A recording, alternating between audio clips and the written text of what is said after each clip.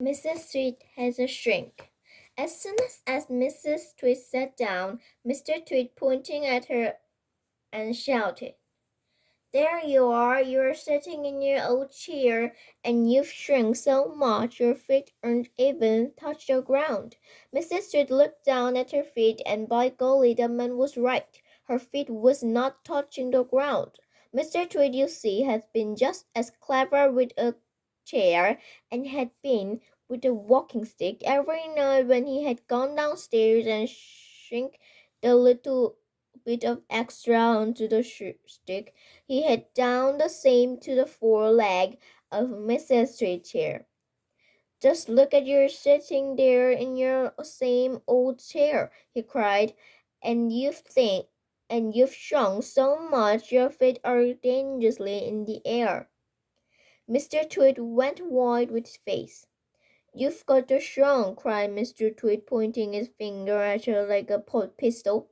"You've got them badly. You've got the most terrible case of shrink I've ever seen."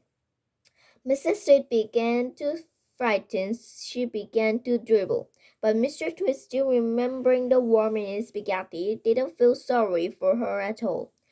"I suppose you know what happened to you when you get the shrink," he said. "What?" gasped Mrs. Tweed. "What happened?" "Your head shrink in your neck shrink in your body, your body shrink in your leg, and your leg shrink in your feet. And in the end, there's nothing left except for a pair of shoes and the double of old cloak." "I can't bear it," cried Mrs. Tweed. "It's a trouble disease," said Mr. Tweed, "the worst in the world." "How long have I got?" cried Mrs. Tweed. "How long before I finish up as a bundle of old clothes and a pair of shoes?" Mr. Tweed put on a very slimy face. "At the rate you're going," he said, shrinking his head sadly, "I'd said not more than 10 or 11 days." "But isn't there anything we can do?" cried Mrs. Tweed. "There's only one cure for the shrink," said Mr. Tweed. "Tell me," she cried. Tell me quickly." "Well, have you hurry?" said Mr. Tweed. "I'm ready. I'm hurry. I'll do anything you say," cried Mrs. Tweed.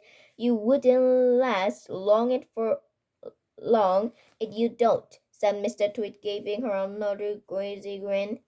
What is it I must do?" cried Mrs. Tweed, clocking her cheek.